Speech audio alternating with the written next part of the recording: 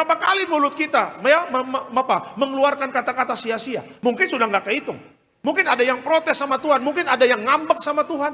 Mungkin ada yang pernah mengatakan, Tuhan, kalau Tuhan tidak tolong saya tidak mau ke gereja. Kalau Tuhan tidak tolong saya nggak mau berdoa lagi. Kalau Tuhan tidak tolong saya nggak mau lagi baca Alkitab.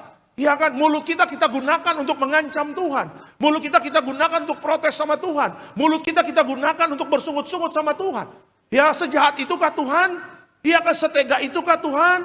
Ya kan, kalau kita baca Alkitab, kita sering renungan saat teduh, ya kan Bapak Ibu memberikan waktu kita untuk baca Alkitab. Saya percaya di Alkitab kita tidak pernah menemukan Tuhan itu jahat sama orang yang percaya kepadanya. Bahkan Tuhan sama orang fasik pun mengasihi. Tuhan Yesus datang ke dunia bukan mencari orang benar. Yesus datang ke dunia untuk mencari orang berdosa.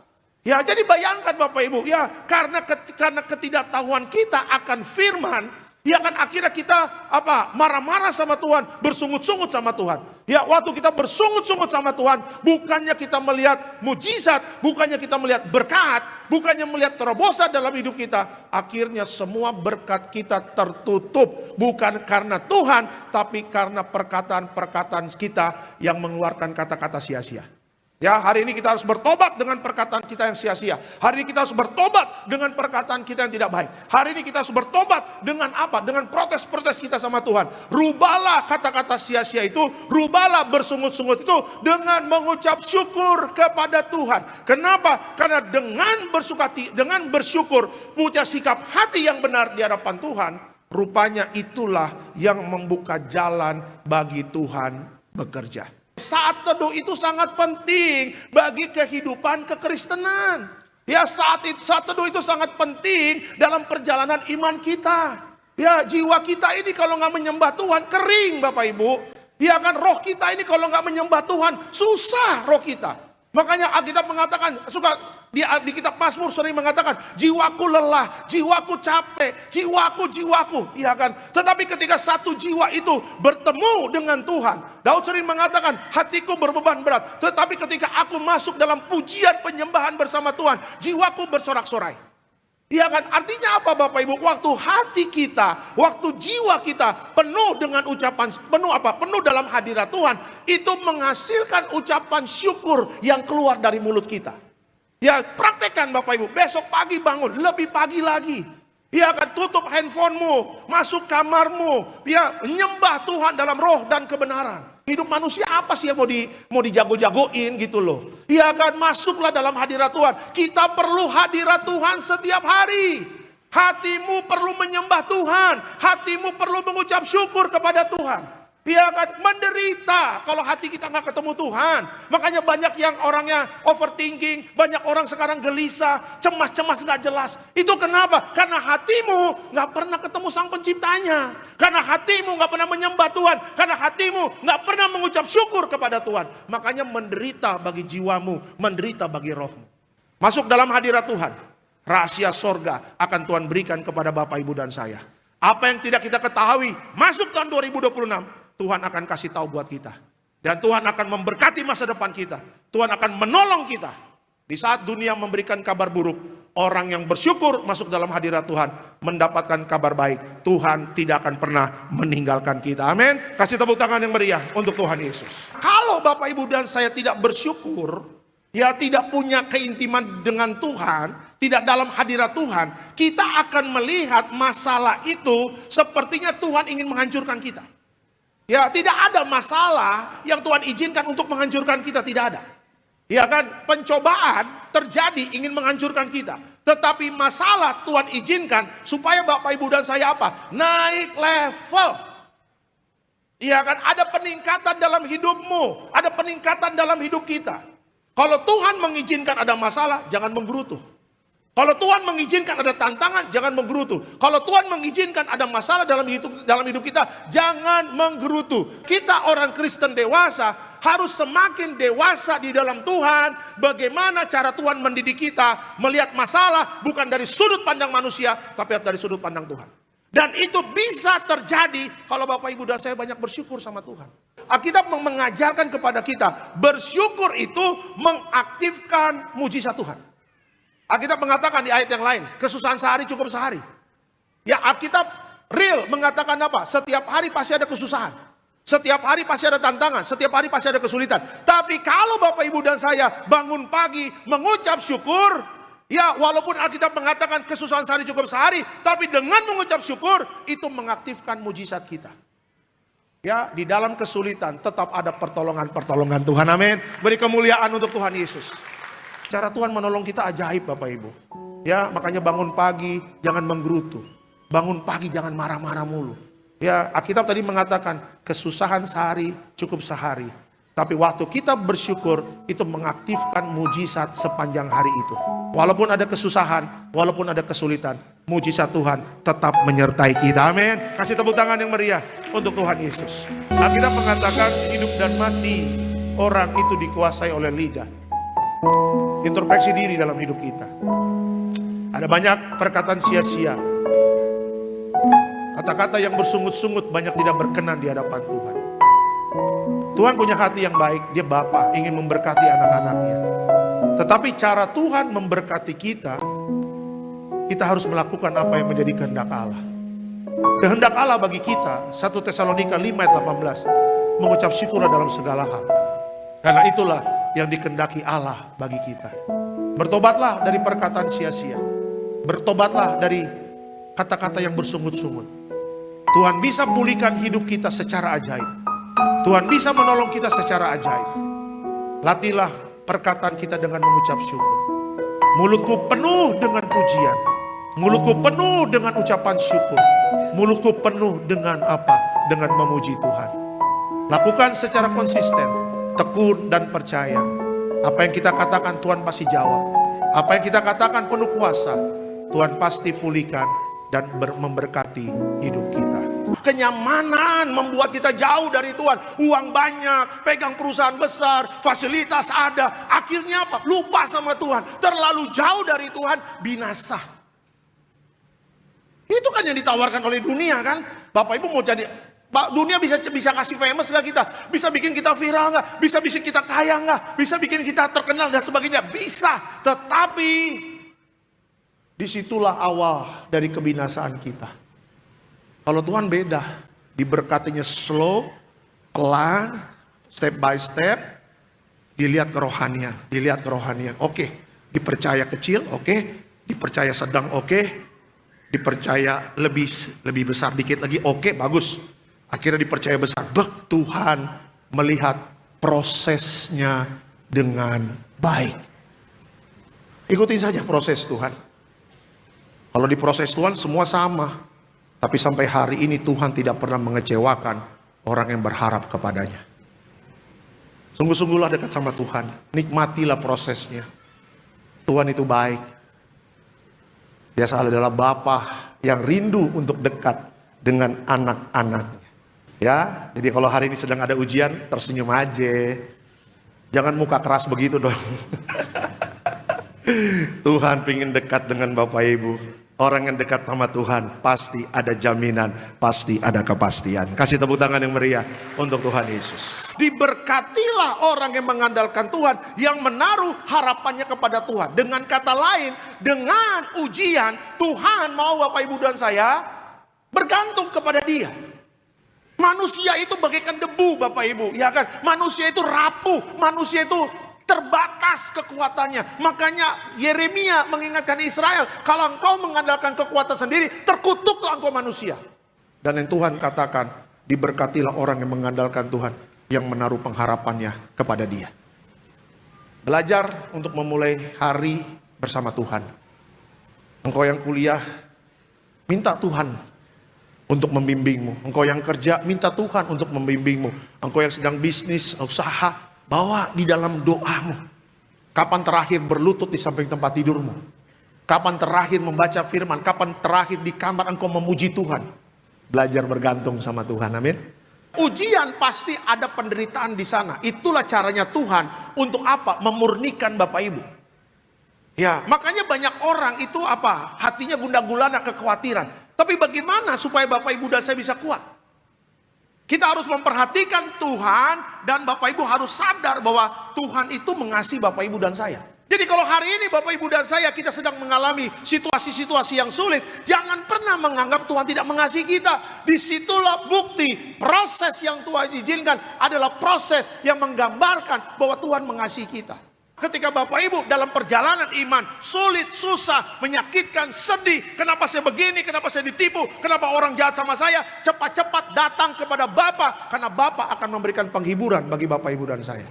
Karena janji Tuhan, segala perkara dapat kutanggung di dalam Dia yang memberikan kekuatan kepadaku. Kasih tepuk tangan yang meriah untuk Tuhan Yesus. Kalau Bapak Ibu dan saya sabar, menghasilkan pribadi yang rendah hati.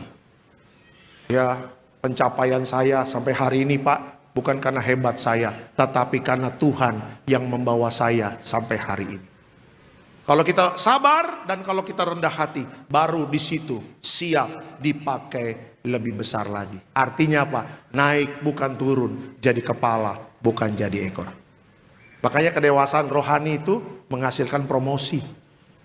Orang ingin promosi, naik bukan turun, jadi kepala bukan jadi ekor. Tapi tidak memperhatikan kedewasaan rohaninya, nggak bakal bisa. Ya, ada syarat dan ketentuan berlaku dari Tuhan. Belajar dewasa rohani. Kalau sedang dilatih, minta kekuatan sama Tuhan. Kalau kita lulus, kita dapat promosi dari Tuhan. Kasih tepuk tangan yang meriah untuk Tuhan Yesus. Siapa yang bisa memberikan kepastian? Yang bisa memberikan kepastian adalah Tuhan Yesus. Kita boleh nggak punya apa-apa. Kita boleh nggak punya modal. Kita boleh nggak punya koneksi orang hebat. Kita boleh nggak punya uang. Rekening kita mungkin ceban goceng. Ya, tapi siapa sangka Yusuf yang nggak punya modal apa-apa bisa tinggal di istana, Pak. Dari mana jalannya? Ya, dia kenal dengan siapa? Ya, dia sogok orang nggak? Dia punya duit nggak untuk tinggal di istana? Tidak, Pak. Tetapi Kejadian 39 mengatakan apa? Tuhan menyertai Yusuf. Sehingga apa yang Yusuf kerjakan Tuhan buat berhasil. Jadi kunci Yusuf mendapatkan kepastian itu karena Tuhan menyertai dia. Jadi di akhir zaman ini Bapak Ibu dan saya harus pastikan Tuhan yang menjadi pusat hidup Bapak Ibu dan saya. Tuhan senang dijadikan yang utama. Tuhan senang dijadikan prioritas. Kenapa? Karena Tuhan senang memberkati anak-anaknya. Dia bukan hanya Allah, dia bukan hanya juru selamat, tetapi dia menjadi Bapa bagi anak-anaknya. Bapak mana yang gak senang memberkati anaknya? Bukan begitu, Pak. Ya kan, kalau Bapak di dunia saja yang jahat tahu memberikan yang terbaik, ya ingin memberikan kepastian, memberikan jaminan buat anak-anaknya, apalagi Bapak kita di sorga. Ada haleluya Bapak Ibu. Amin ya. Kalau kerja keras gak ada Tuhan, gak dapat apa-apa Bapak Ibu. Lihat Adam dan Hawa ketika di Taman Eden, makan tidur diberkati, ada kemuliaan Tuhan di sana. Tapi ketika mereka ditendang dari Taman Eden, jatuh dalam dosa, apa yang mereka dapatkan? Semak duri, gak dapat apa-apa. Anak Tuhan biasa-biasa tapi tetap tenang. Anak Tuhan ada badai tetap tenang. Anak Tuhan lagi masa sukar tetap tenang. Anak Tuhan lagi masa sulit tetap tenang. Kenapa? Karena kita tahu kebenaran firman Tuhan. Barang siapa yang cari dahulu kerajaan Allah dan kebenarannya, semua akan ditambahkan. Orang dunia takut menghadapi akhir zaman. Orang dunia takut menghadapi masa sukar. Anak Tuhan tetap punya pengharapan di akhir zaman ini. Amin. Kasih tepuk tangan yang meriah untuk Tuhan Yesus. Kalau kita menjadikan Tuhan yang sebagai prioritas utama, Bapak Ibu dan saya respect sama Tuhan, takut akan Tuhan, ya, dan mengakui Tuhan dalam segala jalan kita, Tuhan akan meluruskan jalan hidup kita. Ya kan? Kebanyakan anak Tuhan kenapa? Cari Tuhannya, ingat Tuhannya ketika gagal. Ya, Pak, saya gagal Pak dalam bisnis. Kok bisa gagal? Ya, ketipu Pak 300 juta. Kok bisa gagal? Waktu bikin bisnisnya doa dulu nggak? Waktu mau mulai bisnisnya tanya Tuhan dulu nggak? Waktu mau mulai bisnisnya tanya Roh Kudus dulu nggak? Nah itu dia Pak, saya terlalu semangat Pak. Nah itu dia. Terlalu semangat, nggak berhikmat, salah juga. Kalau kita undang Tuhan Bapak Ibu, Tuhan akan meluruskan jalan kita. Kalau ada bahaya di depan kita, kalau ada orang jahat di depan kita, Tuhan pasti bela orang yang berharap kepadanya. Kalau bersama Tuhan, apapun yang terjadi masa sukar, Tuhan pasti kasih jalan keluarnya dalam hidup kita. Amin. Tuhan pasti kasih jalan keluarnya dalam bisnis kah? Ya, dalam usaha kah? ya. Di dalam pekerjaan anak-anak lah dan sebagainya, jangan takut. Karena Tuhan yang janji, akuilah dia dalam segala lakumu, maka ia akan meluruskan jalanmu. Di akhir zaman jalan banyak begini Pak, benang kusut. Tapi lihat, ketika anak Tuhan mulai bekerja, usaha dan bisnis disertai Tuhan, di situ ada hikmat Tuhan. Ketika orang dunia mengatakan aku tidak sanggup, tangan Tuhan yang berlobang paku itu akan menolong Bapak Ibu dan saya. Amin. Kasih tepuk tangan yang meriah untuk Tuhan Yesus. Isi setiap hari firman Tuhan masuk pikiran dan masuk hati kita. Perjanjian Lama mengatakan apa? Renungkanlah firman itu siang dan malam, supaya apa? Hidupmu berhasil dan beruntung. Jadi baca firman harus siang dan malam. Kalau iman kita kuat, apapun masalah, kita keluar sebagai pemenang. Kasih tepuk tangan yang meriah untuk Tuhan Yesus. Kita harus percaya di masa sukar, Tuhan tetap memberkati kebutuhan hidup kita. Amin. Menurut kekayaannya. Ini dia kata kuncinya. Orang kalau bantu kita 1-2 kali bisa, 3-4 mikir-mikir. Tapi kalau sama Tuhan, mintalah maka akan kuberikan. Tuhan tidak akan pernah capek untuk memberkati Bapak Ibu dan saya. Tapi di masa kesukaran Tuhan akan melatih imanmu untuk percaya. Semua diproses Tuhan, aku pun diproses Tuhan. Tidak ada yang mudah dalam proses Tuhan. Tapi berani percayalah, jangan ragu dan bimbang. Tuhan akan memenuhi kebutuhan hidup kita. Kasih tepuk tangan yang meriah untuk Tuhan Yesus. Hidup kekristenan adalah hidup untuk Kristus. Ya kan Bapak Ibu dan saya sudah ditebus, Bapak Ibu dan saya sudah dibeli oleh Tuhan. Makanya jangan sampai kita mengobral iman kita hanya untuk yang sesaat. Ya, kalau orang Kristen menjual iman cuma gara-gara pengen kaya, cuma gara-gara pengen jabatan, cuma gara-gara pasangan hidup. Semua kekayaan, jabatan dan pasangan hidup tidak bisa menggantikan Kristus di atas kayu salib. Bagaimana Yesus menebus Bapak Ibu dan saya. Ya kan? Jadi kekristenan itu bukan hanya kita diberkati, bukan hanya menerima mujizat, bukan hanya melihat terobosan, breakthrough. Tetapi kekristenan itu adalah apa? Apakah kita setia sampai mati kepada Tuhan Yesus? Ya, di tengah goncangan-goncangan, apakah dunia ketika menawarkan sesuatu kita tergoda atau tidak? Jangan sampai ada yang bisa beli iman kita. Iman kita adalah apa? Adalah kunci bagaimana nanti Bapak Ibu dan saya dimateraikan jadi warga sorga. Dengan iman, dengan mengaku Yesus adalah Tuhan dan Juru Selamat. Dengan iman percaya kita diselamatkan. Ya, kalau Bapak Ibu, apalagi anak-anak muda mempunyai iman yang seperti Paulus, ya, iman yang tidak tergantikan, iman yang kuat, iman yang kokoh, iman yang gigih, Bapak Ibu.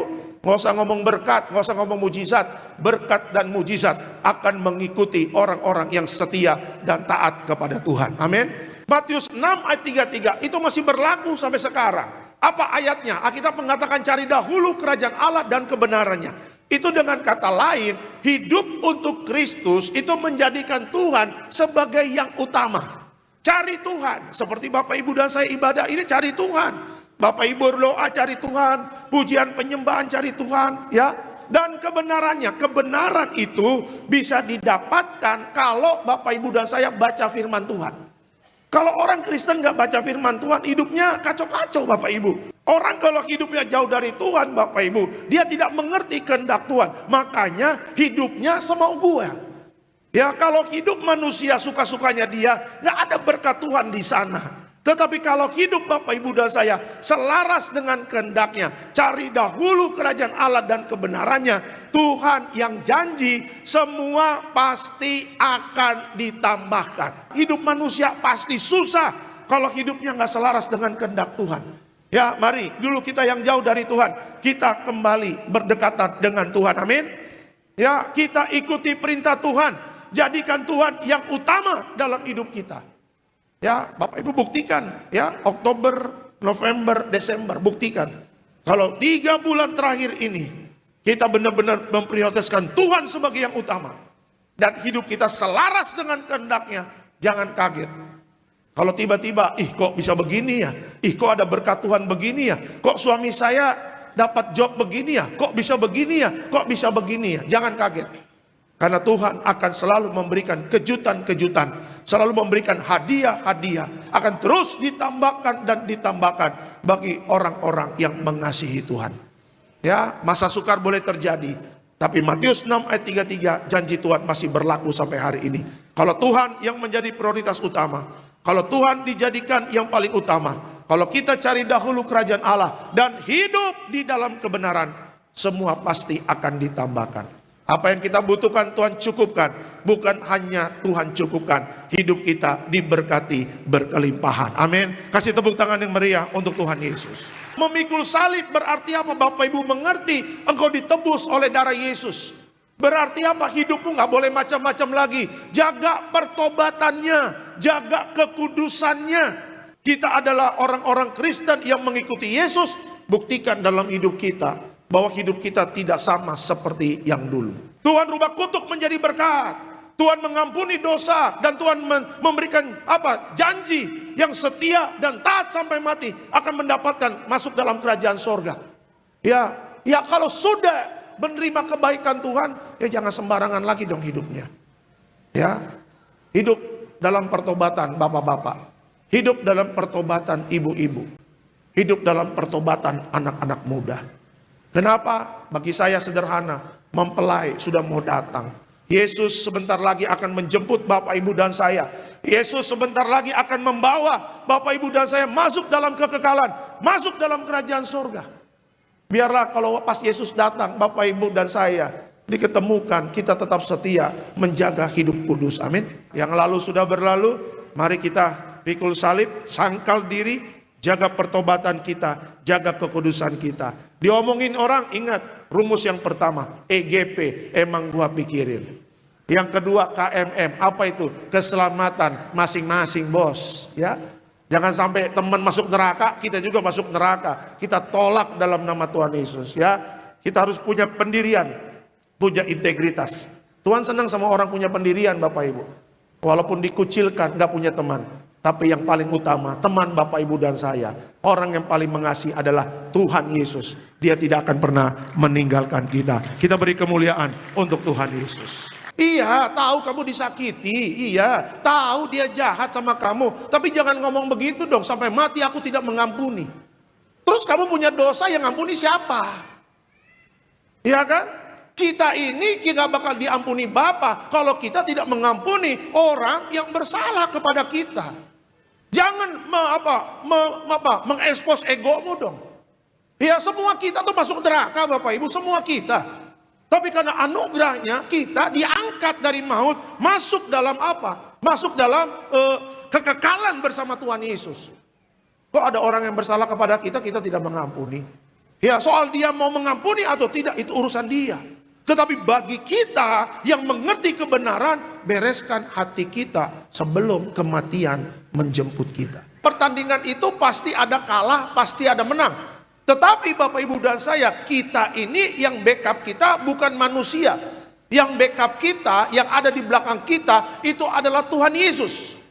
Amin ya. Alkitab mengatakan kalau Tuhan di pihak kita, siapakah lawan kita? Dengan kata lain, siapapun lawan kita, maupun sebesar atau setinggi Goliat, ya kan, tidak ada yang bisa mengalahkan kalau Bapak Ibu dan saya bersama Tuhan. Orang yang mengandalkan kekuatan sendiri tidak akan bisa mendapatkan kemenangan. Tapi orang yang mengandalkan Tuhan, di situ kemenangan terjadi. Kekristenan bukan hanya berbicara kekayaan. Kekristenan bukan hanya berbicara mujizat, bukan hanya promosi. Tetapi kekristenan, pengajaran yang benar adalah apa? Mendidik setiap murid-muridnya, mendidik setiap pengikut Kristus untuk apa? Berjuang untuk mendapatkan hidup yang kekal. Hidup ini apa sih Bapak Ibu? Coba definisi dari hidup apa? Ya kan, Alkitab mengatakan hidup ini bagaikan uap. Alkitab jelas memberikan itu.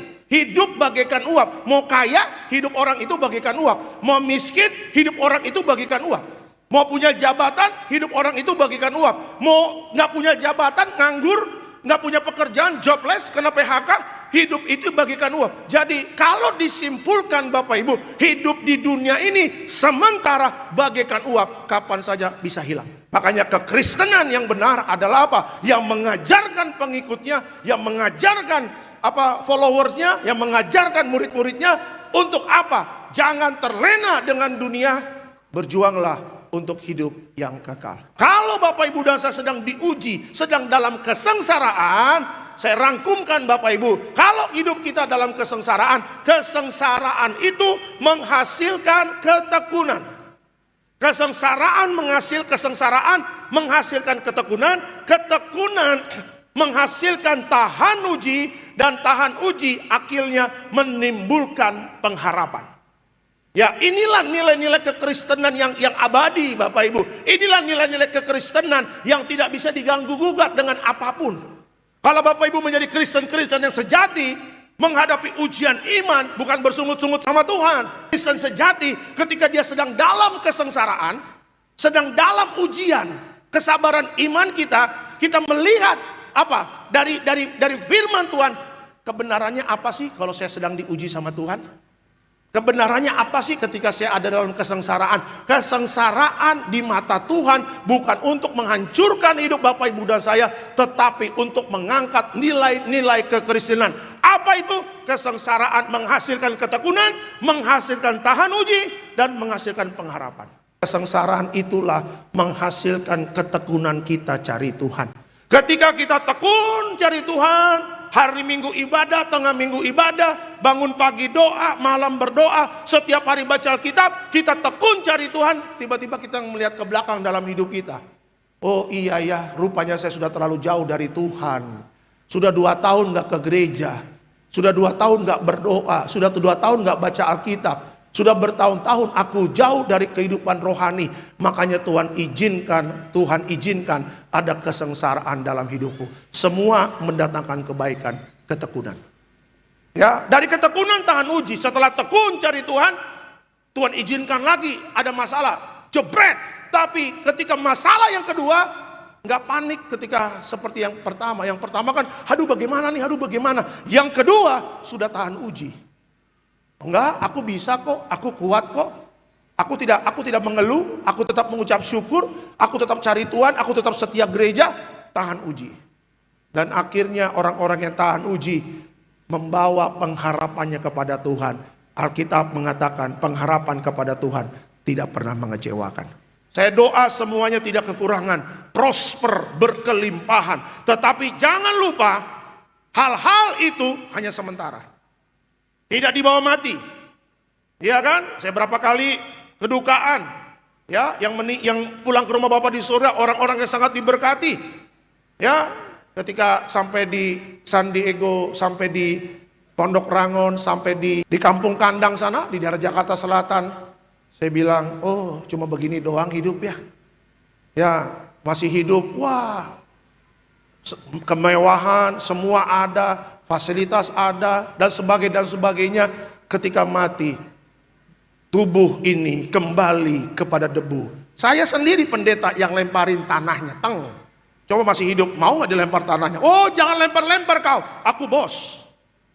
Jangan lempar-lempar kau, perusahaan ini aku yang pegang. Tapi kalau udah mati, pendeta yang lempar tanahnya Bapak Ibu. Ya, saya ingin kasih tahu, hidup tuh begitu. Iya kan, bukan berarti kita tidak menikmati berkat. Bersyukur Bapak Ibu diberkati, bersyukur ada fasilitas, bersyukur sampai hari ini berkat Tuhan seperti gelombang laut yang tidak pernah putus ya. Tetapi jangan terlena. Kolose 3 ayat 2 mengingatkan, jangan terlena anak-anak Tuhan. Dengan apa yang sudah didapatkan hari ini, jangan terlena. Tetap pikirkanlah perkara yang di atas, bukan yang di bumi. Ada haleluya Tiberias, amin ya. Ketakutan itu adalah caranya si jahat supaya Bapak Ibu dan saya tidak punya iman. Ketakutan itu adalah caranya si jahat supaya Bapak Ibu dan saya ya tidak melihat bagaimana caranya Tuhan menolong kita secara ajaib. Tetapi kalau Bapak Ibu dan saya seperti Daud, ya dia mau melangkah dan dia berani punya iman. Kenapa? Karena Daud melihat Goliat bukan raksasa. Ya, secara fisik memang raksasa, tetapi Daud melihat apa? Melihat Tuhan lebih besar daripada Goliat. Itulah orang-orang yang punya iman. Hari ini masalahmu besar, ya masalah ekonomi kah? Masalah sakit penyakit kah? Ya, memang kenyataannya ada masalah, tetapi jangan sampai ketakutan dalam hidup kita, kecemasan-kecemasan, kekhawatiran-kekhawatiran akhirnya membuat apa? Tuhannya lebih kecil, masalahnya lebih besar. Karena apa? Karena ketakutan yang kita pelihara. Hari ini switch ketakutan itu dengan iman, switch fear ketakutan dengan faith. Tukar ketakutan itu dengan iman. Ya, hari ini kita tekun cari Tuhan, kita bergaul dengan Allah.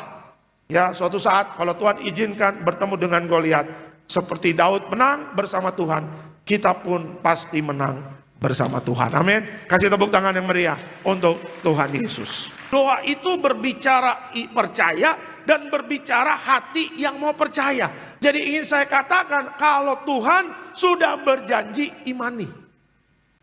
Ya, jangan ada keraguan dalam kehidupan kita. Alkitab mengatakan percaya walaupun belum melihat. Ya, Daud berhadapan dengan Saul. Saul katakan, kamu bisa menang melawan Goliat, saya bisa menang. Bukan karena hebat dan kuat gagah saya, tapi karena Tuhan beserta kita. Apakah langsung Goliat kalah? Tidak. Tetapi Daud percaya dulu, baru melangkah. Ya, hari ini percaya dulu, baru melangkah. Amin. Ya, jangan ragu ketika Bapak Ibu dan saya melangkah bersama Tuhan. Kita percaya bukan karena janji atau dongeng seseorang. Tapi kita berani percaya karena Allah yang berjanji pasti akan menggenapinya. Amin. Ya, jadi kalau menghadapi masalah, jangan melihat dari sudut pandang manusia. Sepertinya Tuhan tidak sanggup lakukan. Lihat dari sudut pandang Tuhan. Baca Alkitab. Apakah Tuhan sanggup melakukan banyak perkara? Ya, kalau Bapak Ibu baca Alkitab, pasti Bapak Ibu dan saya sepaham dengan saya. Ya, Tuhan sanggup melakukan banyak perkara-perkara besar. Berapa kali kita jatuh dengan masalah kita? Berapa kali kita jatuh waktu kita takut?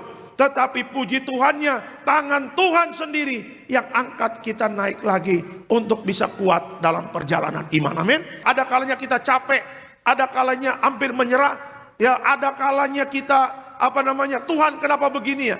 Tetapi waktu kita fokus lagi kepada Tuhan, fokus lagi kepada Yesus, akhirnya mampu juga untuk bisa melewati badai dalam hidup saya. Hari ini kita fokus sama Tuhan, amin. Segala penderitaan yang sudah pernah kita lewati, segala kesedihan yang pernah kita lewati, ya sudah, yang lalu sudah berlalu. Ya, fokuslah kepada Tuhan, fokuslah kepada janjinya. Ya kan, beriman bahwa segala sesuatu yang hancur Tuhan sanggup pulihkan. Bisnis yang hancur Tuhan sanggup pulihkan. Orang tua yang sakit Tuhan sanggup sembuhkan. Ya kan, kekecewaan dalam hidup kita Tuhan sanggup berikan penghiburan. Apa yang Tuhan tidak sanggup lakukan, semuanya Tuhan sanggup. Amin. Ya, saya percaya jemaat Tiberias punya iman yang besar. Amin. Orang yang fokus sama Tuhan, dia pasti berbahagia. Kenapa? Walaupun digoncangkan, dia tahan uji. Orang yang fokus kepada Tuhan, dia pasti sukacita. Kenapa? Karena apapun masalah, dia tidak kalah. Apapun masalah, dia tidak mundur. Apapun masalah, dia tidak bersungut-sungut sama Tuhan. Ya, justru orang-orang yang fokus kepada Tuhan adalah orang-orang yang menang dalam segala perkara. Kasih tepuk tangan yang meriah untuk Tuhan Yesus. Tuhan tidak pernah mengecewakan orang yang berharap kepadanya.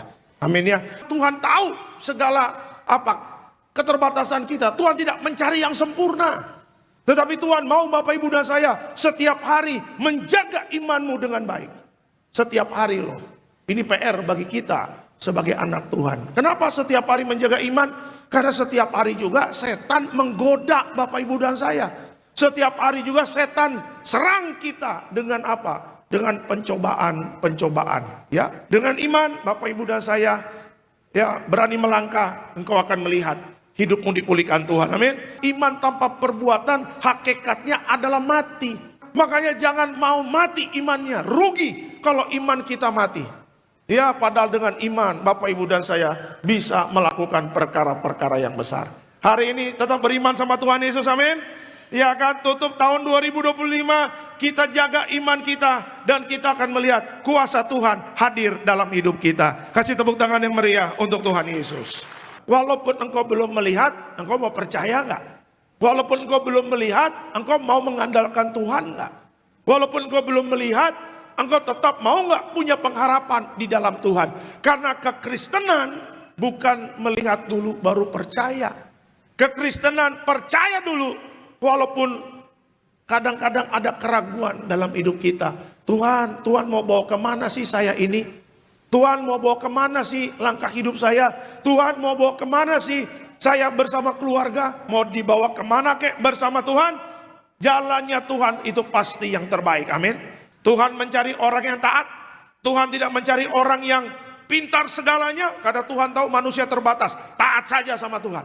Tuhan mau bawa kemana? Saya beriman. Tuhan mau dibawa kemana? Saya percaya jalan Tuhan pasti yang terbaik.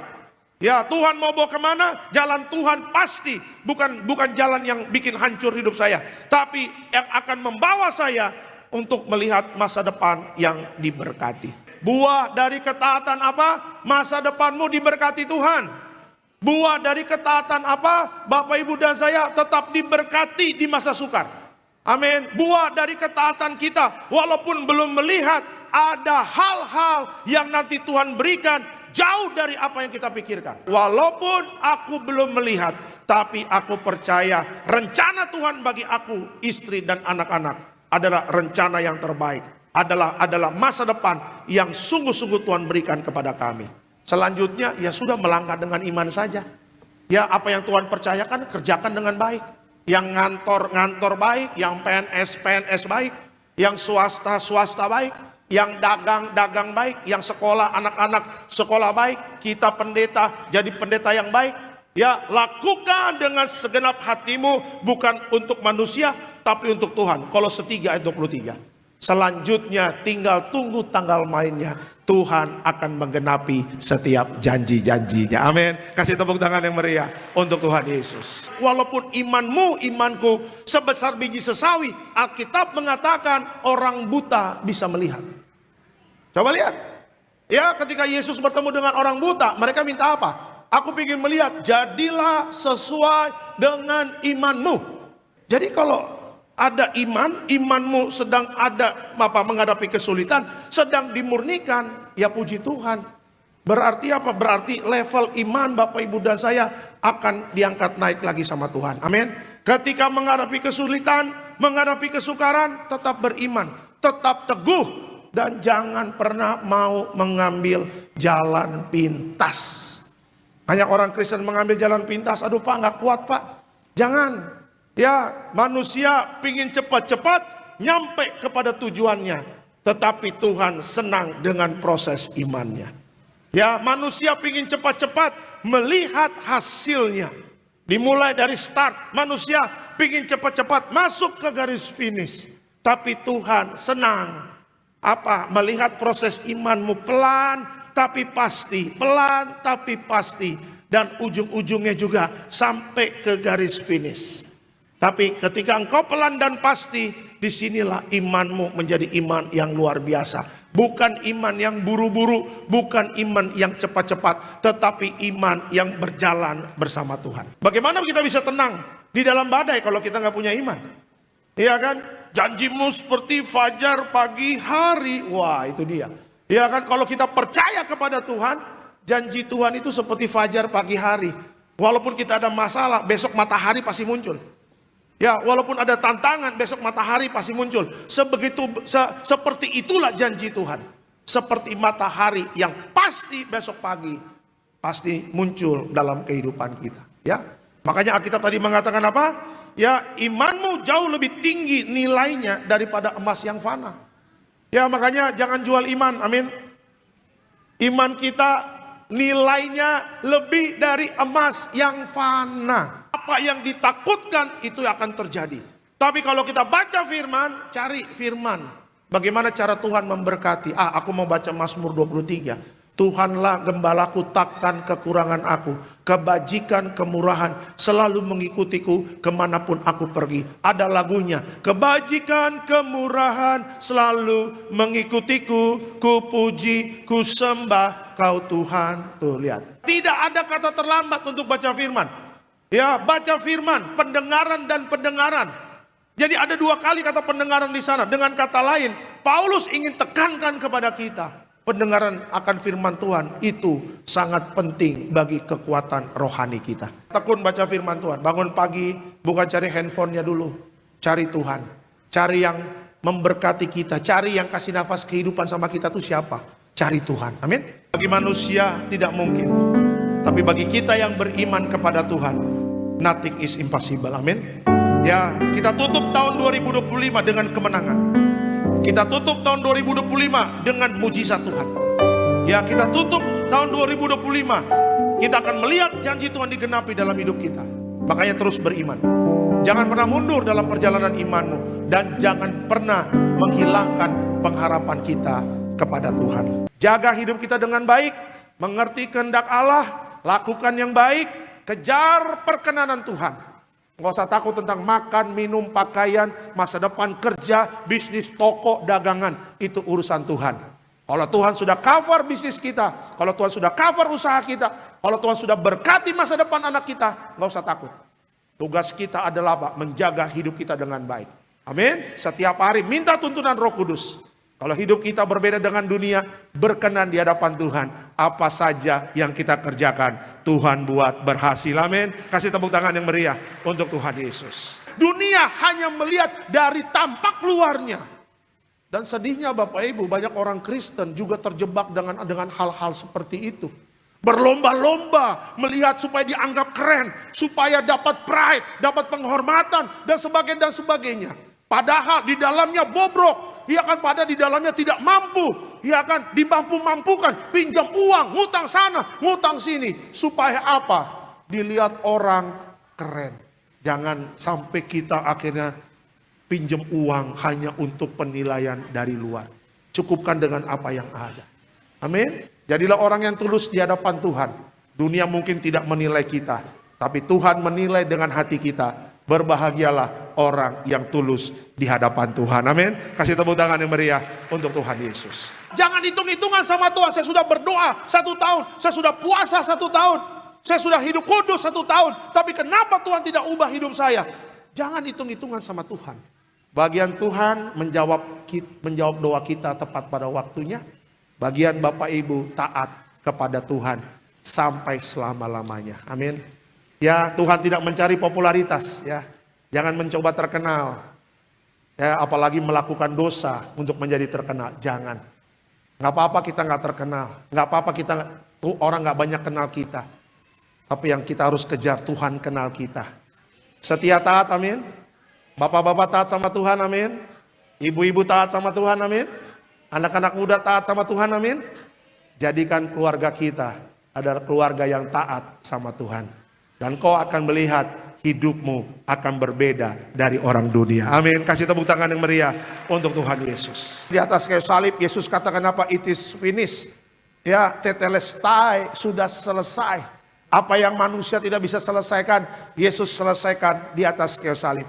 Hari ini dengan doa kita akan melihat Tuhan akan menyelesaikan setiap masalah kita. Amin. Siapapun hari ini yang letih lesu dan berbeban berat, datang kepada Tuhan melalui doa. Tuhan akan menyelesaikan dan memberikan kelegaan kepada kita. Kasih tepuk tangan yang meriah untuk Tuhan Yesus. Pemazmur mengatakan berdoalah, datang kepada Tuhan. Ketika Bapak Ibu dan saya berdoa, engkau akan diingatkan siapa sumber kekuatan kita. Sumber kekuatan kita bukan manusia. Sumber kekuatan kita adalah Tuhan yang menciptakan langit dan bumi.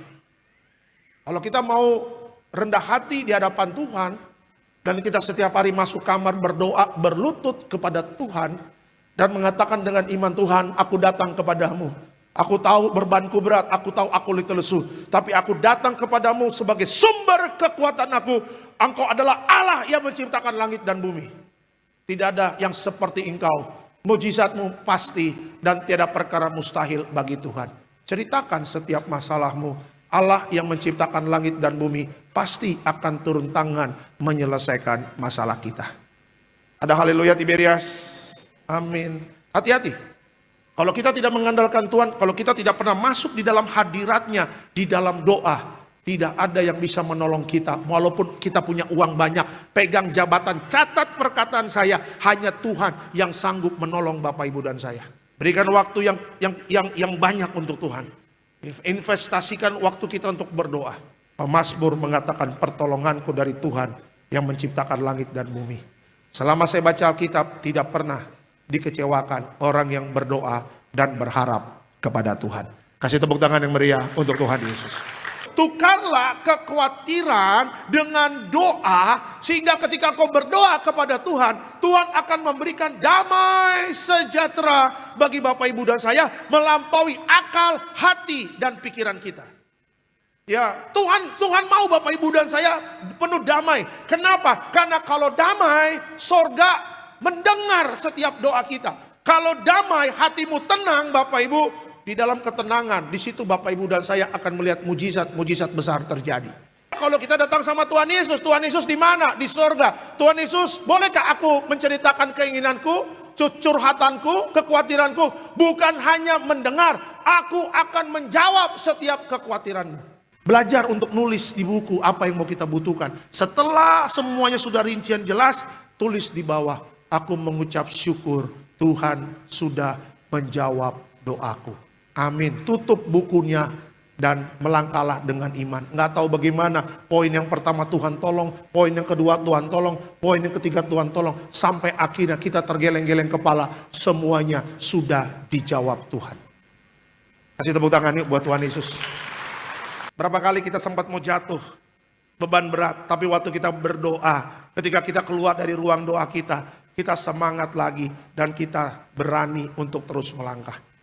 Ya, masuk terus dalam ruangan doa kita. Nantikan Tuhan di dalam doa kita. Dan setelah keluar dari ruang doa kita, percaya ada kekuatan baru. Hati kita akan terus bersuka cita. Amin. Amin. Dan kita akhirnya berani melangkah. Engkau tidak takut, engkau tidak gentar, ya, menghadapi setiap tantangan. Gak apa-apa kita lemah, gak apa-apa kita terbatas. Tapi jangan lupa, ada senjata kita yang paling ampuh. Namanya doa. Pakai senjata itu dengan baik. Pakai fasilitas yang Tuhan sudah berikan. Ya, dan Tuhan mau Bapak Ibu sadar, kekuatan kita datangnya dari Dia. Tetap damai di tengah masalah. Dan hatimu harus terus bergembira, ya, bersuka cita. Karena Tuhan merefresh hati kita di dalam doa. Ya, teruslah melangkah di dalam iman. Karena orang yang berdoa tidak akan pernah ditinggalkan oleh Tuhan. Amin. Orang yang berdoa akan melihat kemenangan demi kemenangan.